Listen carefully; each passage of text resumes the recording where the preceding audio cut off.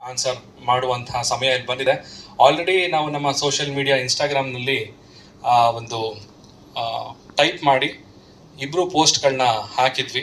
ಅಲ್ಲೇ ನಾವು ಕ್ಲಾರಿಫಿಕೇಶನ್ ಕೊಟ್ಟಿದ್ದೀವಿ ಯಾಕೆ ನಾವು ವಿಚ್ಛೇದನ ಪಡೆದ್ವಿ ಅಂತ. ಸೊ ಇವಾಗ ಬಹಿರಂಗವಾಗಿ ನಾವಿಬ್ರು ಖುದ್ದಾಗಿ ಬಂದಿದ್ದೀವಿ. ಯಾಕಂತ ಹೇಳಿದ್ರೆ ಸಾಕಷ್ಟು ವದಂತಿಗಳು, ಬೇಡದೇ ಇರುವಂಥ ಸುದ್ದಿಗಳು ಎಲ್ಲರೂ ಸೃಷ್ಟಿ ಮಾಡಿ ಕೆಲವರು ಸೃಷ್ಟಿ ಮಾಡಿ ಅದನ್ನು ಹರಿಬಿಡ್ತಾ ಇದ್ದಾರೆ. ಅದು ಜನಗಳಿಗೆ ನಿಜ ಏನೋ ಅನ್ಸೋ ಒಂದು ಮುನ್ನ ಅದಕ್ಕೆ ನಾವು ಒಂದು ಕ್ಲಾರಿಟಿ ಕೊಟ್ಬಿಡೋಣ ಅಂತ ಇವತ್ತು ಈ ಒಂದು ಪತ್ರಿಕಾಗೋಷ್ಠಿಯನ್ನು ಕರೀಲಿಕ್ಕೆ ಒಂದು ಮುಖ್ಯ ಕಾರಣ ಕೂಡ.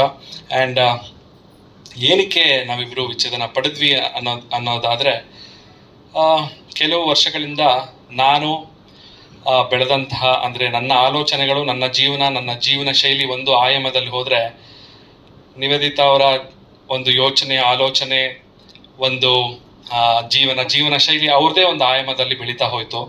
ಸೊ ಇದ್ರ ಮಧ್ಯದಲ್ಲಿ ಜೀವನ ಅಂದರೆ ಏನು ಅಂತ ನಾನು ಅರ್ಥ ಮಾಡ್ಕೊಂಡಿರೋದು ಮತ್ತು ನಿವೇದಿತಾ ಅವರು ಅರ್ಥ ಮಾಡ್ಕೊಂಡಿರೋದು ಎರಡು ವ್ಯಾಖ್ಯಾನಗಳು ತುಂಬ ಡಿಫ್ರೆಂಟ್ ಆಗಿತ್ತು. ಅದು ಒಂದಕ್ಕೊಂದು ಹೊಂದಾಣಿಕೆ ಆಗಲೇ ಇಲ್ಲ.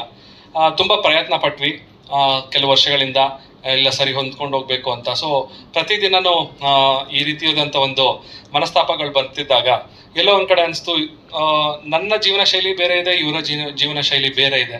ಒಬ್ರಿಗೊಬ್ರು ನಾವು ರೆಸ್ಪೆಕ್ಟ್ ಮಾಡಲೇಬೇಕು. ಬಿಕಾಸ್ ನಾವೆಲ್ಲ ಇಂಡಿವಿಜುವಲ್ಸ್.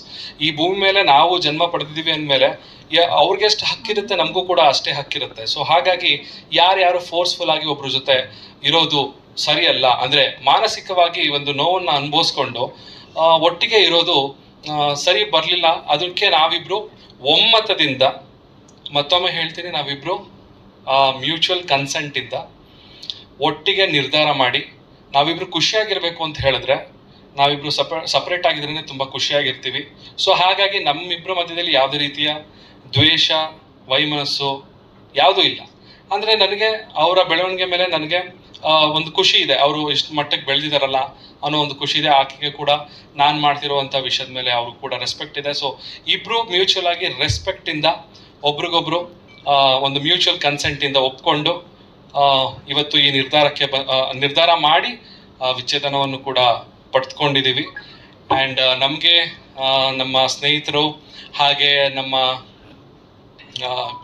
ಇನ್ಸ್ಟಾಗ್ರಾಮಲ್ಲಿ ಫಾಲೋವರ್ಸ್ ಇರ್ಬೋದು, ಹಾಗೆ ನಮ್ಮ ಫ್ಯಾಮಿಲಿಯವ್ರು ಇರ್ಬೋದು, ಹಾಗೆ ಮಾಧ್ಯಮದವ್ರು ಇರ್ಬೋದು, ಎಲ್ಲರೂ ತುಂಬ ಸಪೋರ್ಟ್ ಮಾಡಿದ್ದೀರಾ.